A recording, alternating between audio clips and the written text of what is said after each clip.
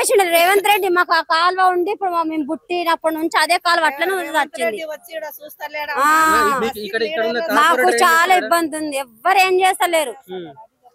మేము ఆ దోమల్లా మురికి నీళ్ళల్లా దానిలో దీనిలో పడి ఉన్నాం. మేము ఆ వాసనకు చిన్న పిల్లలు మేము అసలు ఎట్లా తింటున్నాం అంటే అసలు ఎట్లుంటున్నాం అంటే అది దేవుడికి తెలిస్తే చాలు, మాకు తెలియాల్సిన అవసరమే లేదు. ఇంకా వర్షం పడితే అసలు మేము బయటకు కూడా వెళ్ళాం. మేము బయటికి వెళ్ళాము, చిన్న చిన్న పిల్లల్ని వేసుకొని ఇట్లా ముడ్డి కట్టుకొని వస్తాం. మరి అవతల నుంచి అవతలికి వస్తాం. మేము అంతా ఘోరంగా ఉంది. ఇప్పుడు బై ఎలక్షన్స్ వస్తున్నాయి కదా, నీళ్ళు రాక 6 రోజులైంది, మంచి నీళ్ళు రాక. మేమేం తాగాలి, మేమేం దేంతో వండుకోవాలి? ఆ మురికి నీళ్ళతో వండుకొని తినాలనా? నైట్ 3ంటికి ఇడుస్తాడు. ఆ టైంలో మేము నిద్రపోదా? డ్యూటీలు చేసేసిన వాళ్ళము మాకు నిద్రలు సరిపోవు. లేచే వరకు నల్ల బంద్ అయిపోతుంది.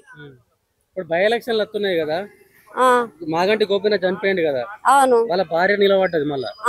మళ్ళా ఇక్కడ స్థానిక అభ్యర్థి కాంగ్రెస్ పార్టీ నుంచి నవీన్ యాదవ్ నిలబడుతున్నాడు. అవును, ఎవరు కోటెత్తారమ్మా? ఓటు ఎవరికి వేస్తామని కాదు, ఫస్ట్ మాకెవరు ఇక్కడ మంచిగా చేస్తే వాళ్ళకి వేస్తాం. అంటే ఇప్పుడు గత అప్పట్లో కూడా అదే మాట చెప్పారు. మేము అప్పుడు కూడా అదే మాట చెప్పినాము, ఇప్పుడు కూడా అదే మాట మంచిగా చేస్తామంటున్నారు కదా, అట్లా అంటున్నారు. కానీ గెలిచినంత వరకే మా దగ్గరకు వస్తారు, మా ఇండ్ల కాడికి వస్తారు, దండం పెడతారు, కాళ్ళు కూడా పట్టుకుంటారు. మావి వచ్చి గెలిచిరానికి మొక్కుతారు. చూపిస్తా, నేను రుజువు చేపిస్తా. మా బస్తీలో కాళ్ళు మొక్కుతారు, ఏళ్ళు మొక్కుతారు, అమ్మని దండం అని దండం కూడా పెట్టుకుంటారు. మా ఇండ్లలోకి వచ్చి మా కూర్చుంటారు, ఛాయలు కూడా తాగుతారు, పోతారు. గెలవక ముందు గెలిచిండ్రు అనుకో, గెలిచి గడ్డ ఎక్కి చెప్పులు తీసుకొని మెడలు వేస్తారు, మాకు కొడతారు పట్టి. అందరు అట్లనే ఉన్నారు, లీడర్లు అట్లా ఉండరు, అందరు అట్లనే ఉండరు. ఎవ్వరు చక్కలేరు.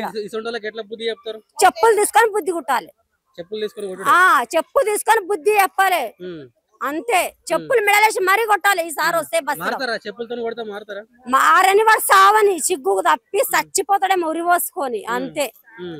కానీ చెప్పు తీసుకొని కొట్టాలి. ఎందుకు ఈసారి వెయ్యము, మేము వెయ్యము. ఎవడొచ్చినా సరే వెయ్యం, మేము ఎవరికి కూడా వెయ్యము. మా బస్తీ సరిగా చేస్తేనే ఎవరికైనా ఓటు. ఈ బస్తీ మంచిగా ఎప్పుడైతే అప్పుడే ఓటేస్తాం, అప్పటి వరకు ఓటు లేదు, ఏమి లేదు. ఎవడు వచ్చినా కానీ చెప్పులు మరీ మెడలేసి కొట్టి పంపిస్తాం. కాళ్ళు కాదు, మా ఇంటి ముంగట 3 రోజులు తపాసు చేసినా కానీ మేము ఓటు వేయము. వెయ్యంటే ఫిక్స్. ఎంజీ నగర్ బస్తీ మొత్తం ఫిక్స్ అయిపోయింది. మిగతా బస్తీలు మాత్రం నాకు తెలియదు. మా బస్తీ వరకు నేను చెప్తున్నా, అంతే. మీకు మంచి పని చేస్తేనే ఓటేస్తారు. మా బస్తీ మంచి కావాలి, కాలువ బంద్ కావాలి, మాకు టైం కు మంచి నీళ్లు రావాలి, అప్పుడే ఓటు. చిన్న చిన్న పిల్లలు ఎంతో మంది పడి చచ్చిపోయిన రోగి పోర్లు పడి మరీ చనిపోయినారు. చేతికొచ్చిన కొడుకు, నా కొడుకు 18 సంవత్సరాల కొడుకు మొన్ననే చనిపోయిండు, అంతే. ఎవరిదో ఎందుకు, నా కొడుకు మొన్ననే చనిపోయిండు. చెర్లబడి. మాకు కూడా చాలా బాధలు ఉన్నాయి అన్న, తమ్ముడు. మాకు కూడా చాలా బాధలు ఉన్నాయి, కానీ మేము పైకి చెప్పుకోము. మేము పక్క కొడతా, కొట్టుడు కాదు, మన మెడలు అదే దండ వేసి పంపిస్తాం. మరి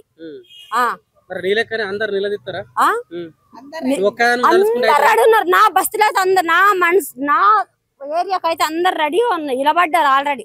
వాడు ఎప్పుడు వస్తాడో మా బస్తీలోకి ఇవ్వడన్నా సరే అని. వాడికి వచ్చిండు అనుకో, చెప్పుల దండ మాత్రం మెడల్ వేసి పంపిస్తాను.